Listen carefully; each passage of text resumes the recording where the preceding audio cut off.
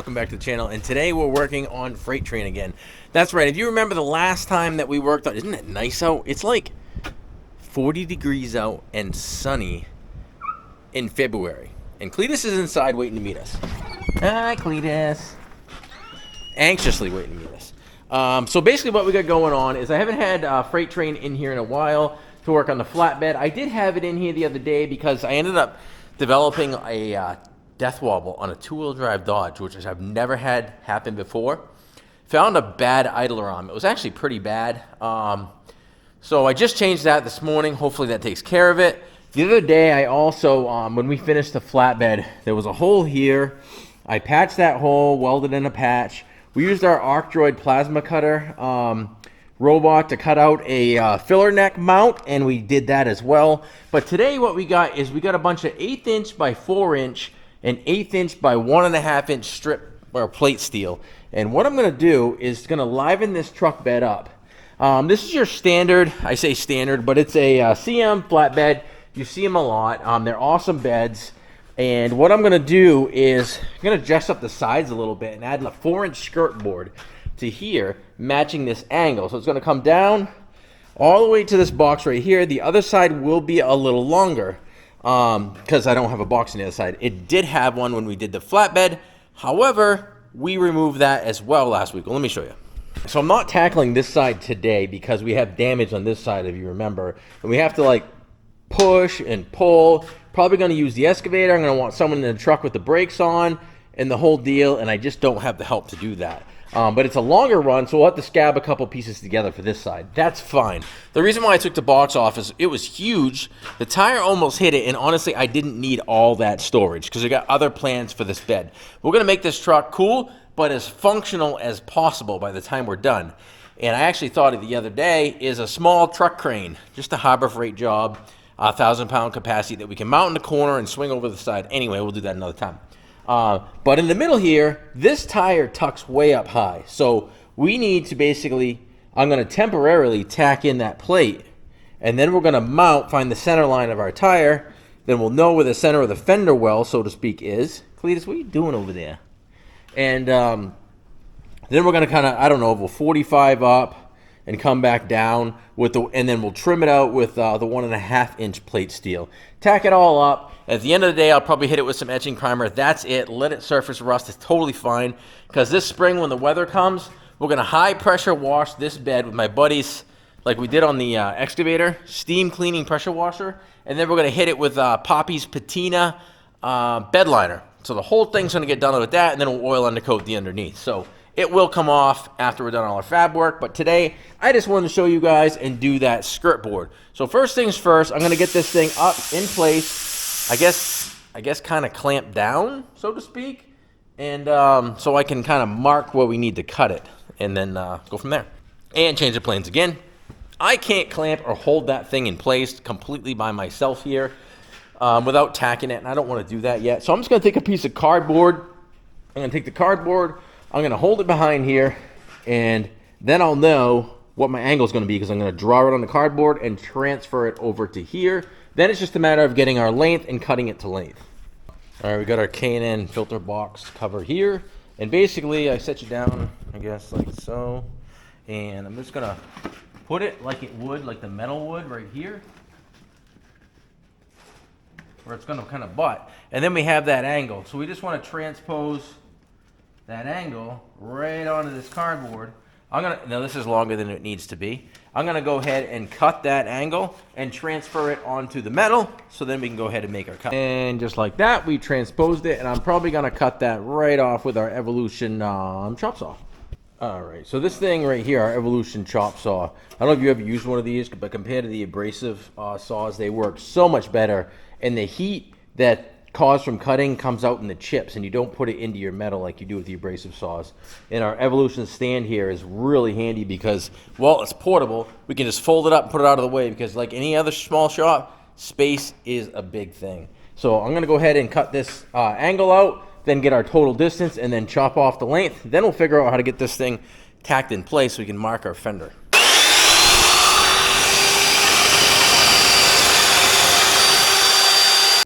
All right, now we need a tape measure because, well, that's what you need. when you're measuring things, and we're gonna do this as best you can, being a one-man show, and hope that box is relatively square. It looks like 65 and an 8. Yeah, 65 and an 8. That's what we gotta cut it off. All right, talk about using this piece to its fullest potential and minimizing our waste. That's awesome. It's perfect, actually. In theory, this is gonna fit, and I'm gonna be able to clamp it, and I'll probably tack it in place just so we can find our center and mark where our fender is gonna go and cut our little fender recess. That's my plan. All right, just notice, in order for that plate to fit flat, there's a little bulge, a little bit of flake rust too, right here that I'm gonna massage it up a little bit. Look how clean it is.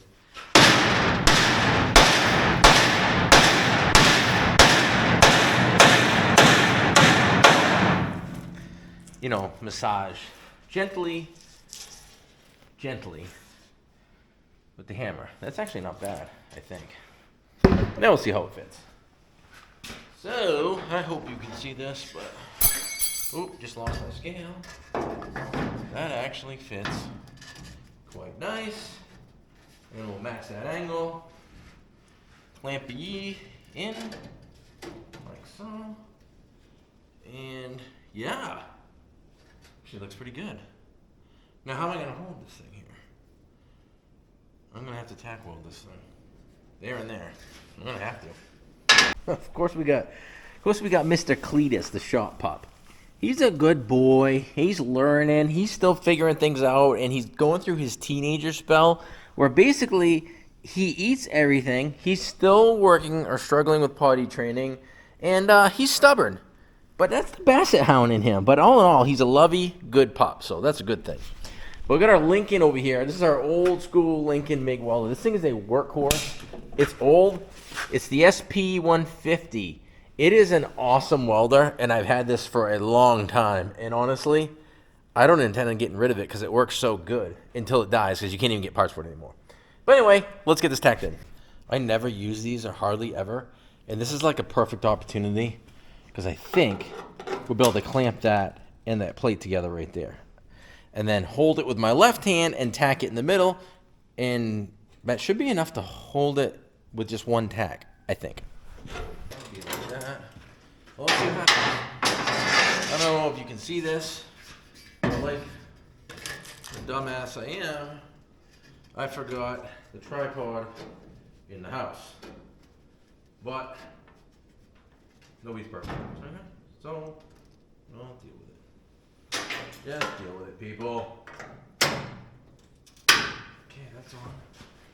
And then that, I mean, in the end of the day, all we're doing right now is we're trying to find, first of all, I need my ground. I'm probably standing in front of the camera right now. That's awesome.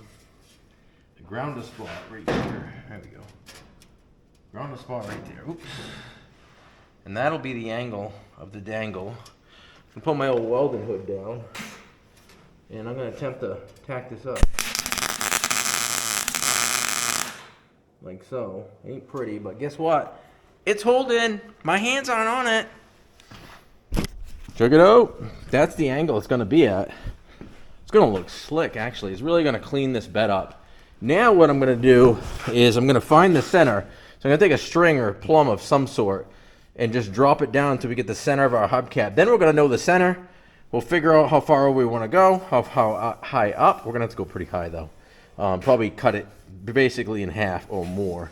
And then back down. Then we'll trim up the skirt board. Yeah, it's going to look nice, I think. I couldn't find a thin string, and I'm not going back up to the house or in the barn. So basically, I took my phone charger, put it on a hook. I actually lowered the truck back down to get the weight of the truck. As you can see how it is tucked up in here. It still wouldn't hit, but it's gonna look cool. And this truck is gonna sit up higher, 2 inches higher in the rear, because I gotta change the shackles out. So keep that in mind. But anyway, I had to put the weight of the truck on this thing to find the center of the wheel itself. Now we have a center, so I can go ahead and mark that, and we can determine like where we want to come up. Just probably 2 angles and then straight across the top, something like that. Pretty simple, but yeah. You like my plumb bob? I do. Is that good? He literally just just chewing on the beams in here. Dude, Cletus, stop whining, dude. All right, I got it center marked out. I came out 12 inches, put another mark, and that's basically where we're gonna kind of 45 down with our cuts. So I'm thinking now, when I lift the truck back up for ease of working on it, this isn't gonna look centered anymore because the wheels move a little bit with the leaf springs. But what I gotta determine is, I guess 2-inch would be good for a fender, which would basically cut that in half. So come down 2 inches all the way across to here, and then we 45 down-ish, something like that. Because it's still gonna look tucked up in there, but once the different shackles in there, I think it's gonna be perfect. All right, as you can see, we are all laid out. I basically destroyed my charging cable, which is the only one I had down here. And the wife will be real proud of me how I use that as a plumb bob, but fortunately she doesn't watch my YouTube channel. Sorry, honey, most of the time. But anyway, I was tracing out this 45 right here, and you see it's not quite straight because I burned my ruler with my plasma cutter one time. Whatever, it's fine. But I'm gonna go ahead and get my cutoff wheel, I think, and we're gonna do it right on the truck because while it's in place, it's 30. I'm just gonna cut it here. We'll probably move the fuel can because that's probably not the smartest thing in the world to do. And then we can get our 1.5 inch stuff here and figure out how that's going to lay in there and how far out we want it and everything else. And then I'll have this will be a great, like, all right, this is what the other side's going to look like. Yeah, let's see what happens with this. Got the muffs, got everything on. PPE, baby. Yeah, there we go.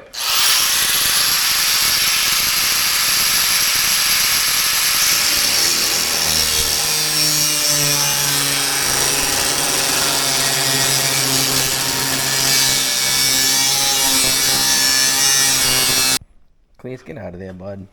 All right, so as you can see, we have that cut out for our fender. Clean, simple. And then I thought about maybe skirting the whole thing, making like a trim, but I don't think so. I think we'll just do here, because otherwise it's going to hold dirt and all that other crap if you had like the 90 here. Here won't be so bad, so I think we'll just do it there. So we'll figure out our 1.5 inch right now and start making a few bends and go from there. All right, we're over here to our brake from Swag, and I have the adapter plate on it to make tighter bends. And what I'm going to do, come down right on that line right there and start bending. Let me get this set up before I start recording so I can at least be close to where I need to be. I don't know what this is going to do, but let's... Is that even doing it? Oh, I probably ought to tighten the cylinder down, huh? Hold on. Alright, now that I tighten that up, you can see it comes into play pretty quickly. So I'm going to start the bend, then I'm going to take it out and check it against the 45-degree angle and make sure we got where we need to be. Alright, see? It's actually probably pretty darn close. And this is a 45 right here, so we should be able to put it in there, and as you can see, we got a little bit more to go, but it is very, very close. So I'll put it back in there, tweak her down a little bit more, and I think we'll have this side. And obviously I made them longer, so I can bend it back. Probably just way too far, but this is 1/8 inch steel, pretty easy to work with. So that's a good thing. There's that. Kind of get the idea. And actually, that's pretty darn close. Maybe even a touch more. I went a little too far on that one. I'm going to put it in the vise and straighten it out a little bit. All right, a few little back and forth. And we are almost where it needs to be. And it's going to look something like that. It'll look pretty slick, I think. And yeah, I think it's going to look pretty slick. I might round this corner or cut the little bit of a corner off of that so it's not a sharp edge. And well, we're going to go ahead and tack this thing on there. Ansaw's even getting some action today, boy. Alright, I got this fender trim kind of skirted out. What it'll do is it's going to stick out more on the bottom edge than it will on the top. And that's because it's at an angle. Remember that. Let me switch hands. There we go. So basically it would be kind of in like this at the top, but out more on the bottom like that because of the angle that this is all at. And this will be flush. or flat, or whatever you want to call it. So it's going to look pretty slick. But I get my welder and throw a weld here so it's kind of more where it needs to be. And then we can actually start tacking in the flare and then keep welding. After this is in, we'll get the flare tacked in and then it tacked over to here. And then we can go ahead and start welding this thing all up. And again, maybe some etching primer for now, but this is all coming off in the spring to get a full bed liner paint job. Woo. What was that? Is that a chicken? Literally, when you kind of live on a farm, that's where your shop is. You're battling. There's like a pissed off rooster out back, which is like not good. That's probably better, huh? I could hear him flapping. He was not happy. So I'm gonna go ahead and put that like that. I'm gonna put a tack weld here. Another one here. Alright.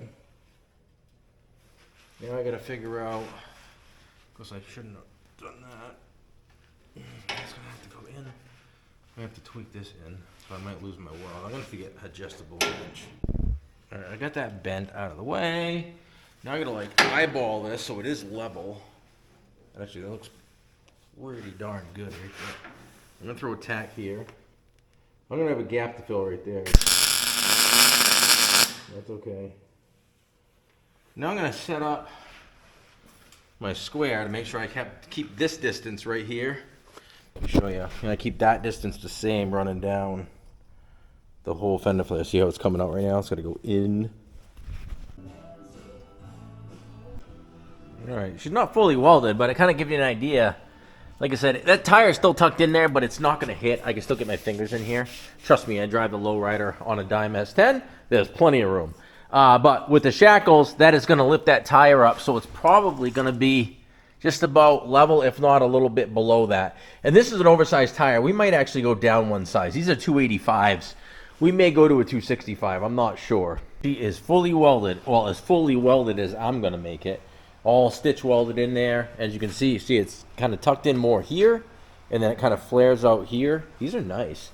That tire is going to be tucked way up in here. Now, with the shackles, it's going to bring it down 2 more inches. Either way, it still doesn't hit.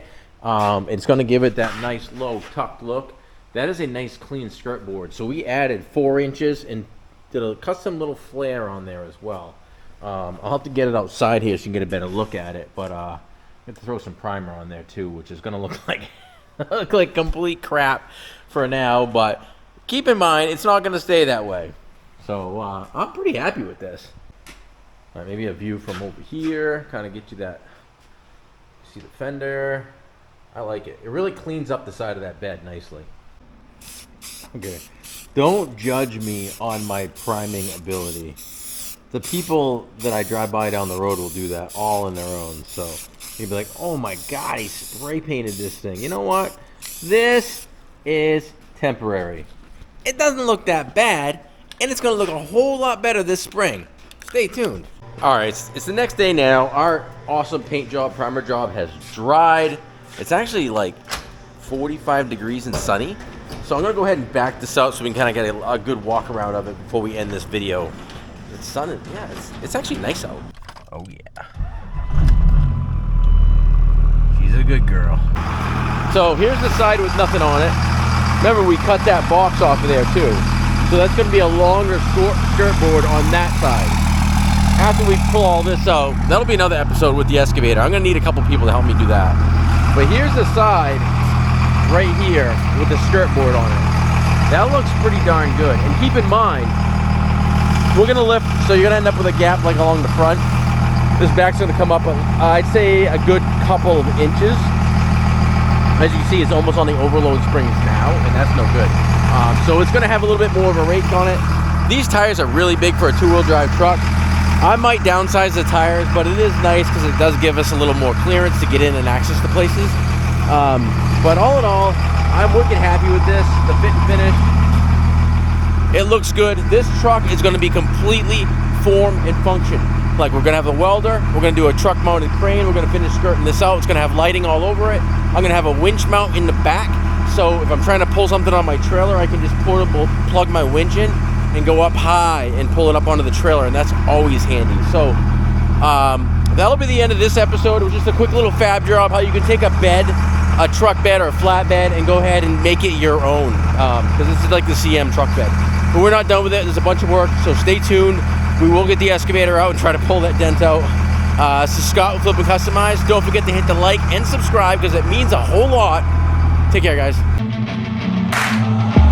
I wanna taste the pain. I think I'm seeing all red. 2 bullets in the gun, 1 shot to the head. I need a blank space. 'Cause everything